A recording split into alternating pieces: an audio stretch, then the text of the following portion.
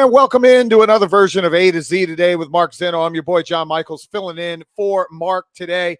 Give me a follow on social media at John Michaels U, and welcome into the Locked On Atlanta podcast. Make sure you give us a follow on also all social media platforms. Check us out on YouTube, all the different places. This segment brought to you by our good friends at BetOnline.net. My goodness, we got a lot to get into in the next 30 or 40 minutes today. Huge conversation about the Atlanta Hawks, including a mythical idea that was thrown out by one of the national outlets that I've had some great reaction on social media about. We'll also dive into what's going on around college football, because everything that we know and love about college football is completely out the window.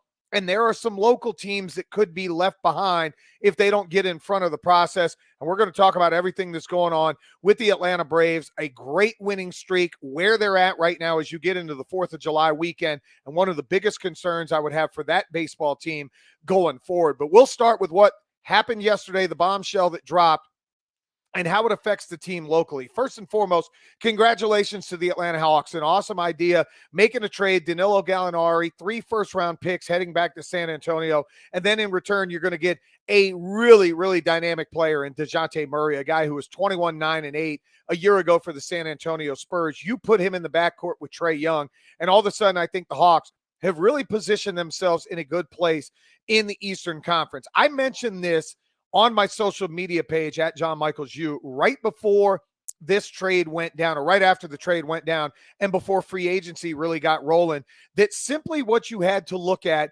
was the potential that the Hawks have now positioned themselves into probably the 6th hole in the Eastern Conference, and maybe a little bit higher. And again, this was before free agency got underway and before the bombshell with Kevin Durant dropped from Brooklyn.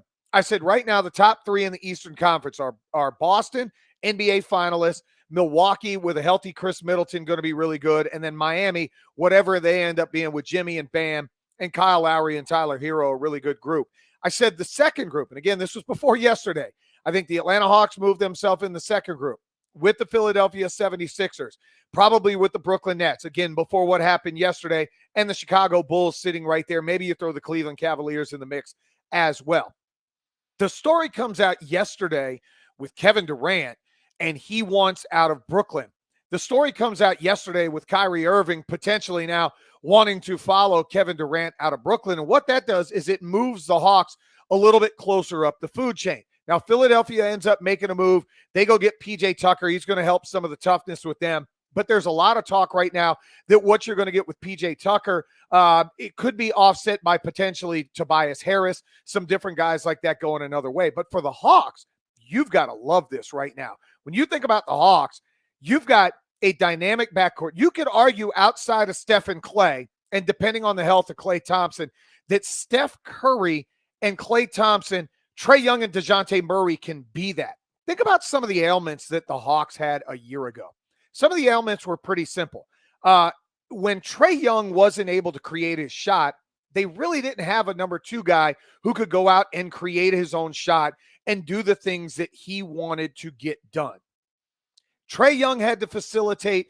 Trae Young had to do a lot of stuff with the ball when he was off the floor, especially once Lou Williams was no longer really a part of the equation. Once he was off the floor, all bets were off. Kevin Huerter, nice spot-up shooter, not creating his own shot. Bogey Bogdanovic has some moments where he could create his own shot, but is he really the guy that you want spending a lot of time with the ball?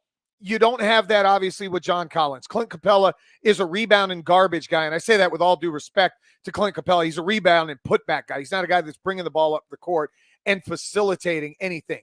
Adding DeJounte Murray now makes it completely different for the Atlanta Hawks. I mean, dude, completely different. You now think about having a guy when Trae's on the floor, you've got a dynamic player in DeJounte who can get his own shot at any time, and he has the ability to bring the ball up the court and allow Trae to play off the ball. How awesome if Trae Young is playing off the ball, you can use him some of the same ways that the Golden State Warriors have done with Steph Curry. He doesn't always have to bring the ball up the court, just doesn't have to get that done. In just a second, we'll tell you a crazy idea about what CBS had to say about the Atlanta Hawks and maybe a trade I'm in favor of, but I can tell you now a lot of the fans are not. But first, a word from our sponsor, Bet Online, your number one source for all your betting needs and sports info. You want to head right now to betonline.net. Again, that's betonline.net. It remains the best spot for all of your sports scores, podcasts, news this season. It's also the fastest and easiest way to check on all your favorite sports and events, including MMA, boxing, and golf. Again, Bet Online, that's where I go to bet. I'm going to be betting on Triple G and Canelo coming up pretty soon. And when it gets to football season, I know Mark Zinno claims to be the big gambling guy, but I'll go on and gamble with him as well. Only one place, that's betonline.net. I saw this story earlier today as CBS is trying to figure out different places that Kevin Durant can end up. And they've thrown out a couple of different scenarios. And one of the things they said was Brooklyn should not allow Kevin Durant to really hold them hostage. They should not allow Kevin Durant to say, hey, I want to go here or I want to go there. And they threw out a scenario with the Hawks potentially getting in the mix. And they asked, would you trade Trae Young and a first-round pick for Kevin Durant?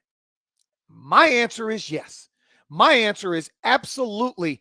I would put on a scenario where you can go get Kevin Durant. And hear me out for a second, because I know people think I'm crazy. And they were telling me on social media I'm absolutely crazy for even thinking about an idea like this. Kevin Durant makes you an instant NBA championship contender.